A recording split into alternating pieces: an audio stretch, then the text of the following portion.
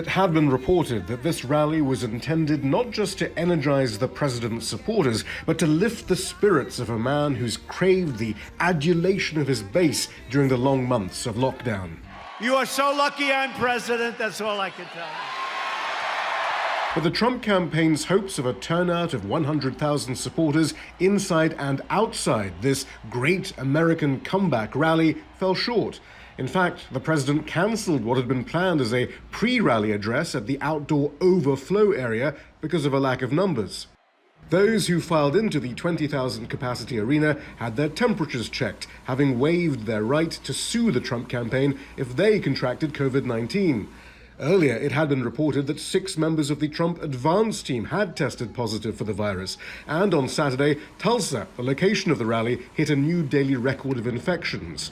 But the president mocked caution and suggested throughout his speech that protesters had been causing trouble outside and discouraging attendance. But there were few protesters and no incidents reported before he spoke. You are warriors. Thank you. We had some very bad people outside. There was the usual blame for the Chinese too, but here with racially offensive language. Has more names than any disease in history. I can name Kung Flu. And blame for public health officials for the spread of the virus in the US. When you do testing to that extent, you're going to find more people, you're going to find more cases. So I said to my people, slow the testing down, please. Administration officials quickly briefed journalists that the president was just joking. As for the unprecedented demonstrations spanning race and class across the country against police violence and systemic racism, the president once again presented them as unchecked anti-American anarchy. And he presented his general election opponent, Joe Biden, as a man with a questionable record on race in failing mental health amid these historic protests. If the Democrats gain power, then the rioters will be in charge. And no one will be safe, and no one will have control. Joe Biden is not the leader of his party. Joe Biden is a helpless puppet of the radical left. By far the longest section, though, was a defense of the president's cautious use of a ramp following his speech at the West Point Military Academy the week before that had led to speculation about his health. It had no handrail. It was like an ice skating rink.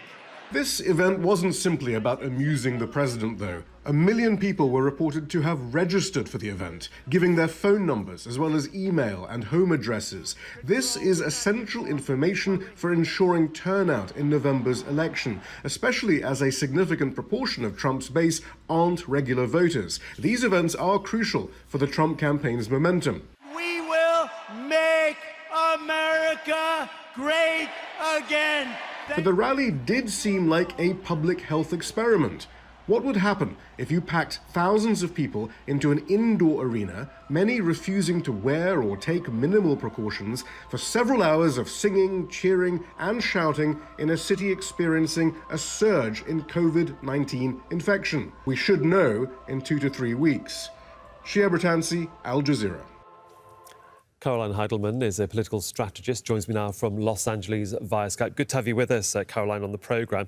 I mean, just sort of overall, a strong, confident president that can draw the crowds and is in full control of the economy, society, healthcare. What more can we say about what he said? Well, that's certainly the line that Trump is giving the rally goers. But at the end of the day, his polling numbers are actually slipping significantly. He's under 40% for the first time in 2 years. A majority of Americans don't like his handling of the pandemic. A majority of Americans don't like his handling of the economy. And we have a 13% unemployment rate. So it is very important for him. I'll give him credit. It's very important for him to rally his base. He has called it a self-proclaimed comeback, and it is. He's sliding in the polls. So this was a bit of a desperate rally. I don't know how many of these he'll be able to do after the data comes out, if this was a super spreader event in a couple of weeks. So let's just talk about then about the attendance. There was much anticipation, wasn't there, about the turnout, and it really fell more than short of what it should have been. What does this really tell us about that bottom line base support that he does have? Was it that they just didn't want to turn up because of coronavirus, or that he is losing support, as you say, with the numbers that are coming out at the moment? Well, with a 39% approval rating from Gallup, it's clear that maybe multiple things are happening. Certainly, he has less of a base of support. But I would like to think, too, that people were afraid to come because as much as a lot of Republicans are less likely to engage in social distancing and less likely to wear masks because of the leadership, or I should say lack of science-based leadership in the White House, at the end of the day, certainly they've got to know people who've been affected by COVID-19. So I'd like to think that they, that folks stayed away, although it's also pretty obvious that there was a movement on Twitter to get young people to sign up for this event, and over 1 million, if you listen to the campaign, over 1 million people signed up for it. They expected 100,000. They got 10,000. So at the end of the day, it might have been a joke put on by who we're calling Zoomers, Generation Z. There was a lot talked about in this address to his base audience, Caroline, but there was a lot of Joe Biden bashing as well. He was quite adamant, the president, in trying to insist that he was the better man to be president and to be re-elected in November, and that Joe Biden was too old, too sleepy, and really past his sell-by date. Well, at the end of the day, regardless of whether you're a Democrat or a Republican, a lot of historians and political scientists agree that Donald Trump has been the worst president that the U.S. has ever had. When you look at the Constitution or his lack of knowledge in following it, for example, deeming protesters who are exercising their First Amendment rights of free speech and assembly as, a threat to American democracy, even though that's how we became a nation, to his, violation of the Emoluments Clause and enriching himself while in office, to constantly not telling the truth in ways that are easy to verify, and everyone knows he doesn't tell the truth, and so his word doesn't mean anything. At the end of the day, whether or not Joe Biden is a strong candidate, Donald Trump is our founding father's nightmare in so many ways.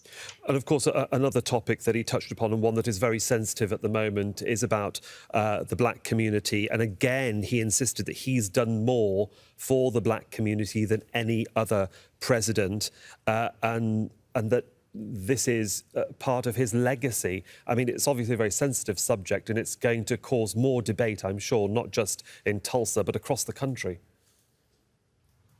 Well, what's remarkable about Donald Trump is that he has inspired the largest Black Lives Matter, the largest movements and protests in U.S. history. So 3 weeks of sustained protests in major cities and small towns across the United States. And if you look at what is different about this particular wave of protests, I think it's because we've lived through 3 years of Donald Trump, who overtly throws racist red meat to his base. And if you look at numbers from 2016, we know that people with high levels of racial resentment were far more likely to turn out and vote for Donald Trump, because he was the titular head of the birther movement that tried to label our first black president as being born elsewhere. He called, Mexicans rapists. He said a Latinx judge couldn't do his job because he was Latinx. He put up a Muslim ban. He put brown children in cages. He said that the Central Park Five, these boys who've been wrongly convicted, should still get the death penalty during his 2016 election. He said that the white supremacists in Charlottesville, good people on both sides. He retweeted a video of George Floyd that showed that had a right-wing commentator saying that somehow, George Floyd was not a good person, insinuating that he may have deserved to be murdered by police. So, yeah, his legacy is definitely tied to race, but I would say it's the opposite of what he's claiming, that he has actually made it so clear to white Americans that racism is not a theoretical thing that they might, know happens, but they don't witness it. We have seen it in front of our very eyes. He hasn't hidden it. And so for that, we can thank Donald Trump for moving the needle on anti-racist legislation further than anyone else, simply because he has been so racist during his presidency.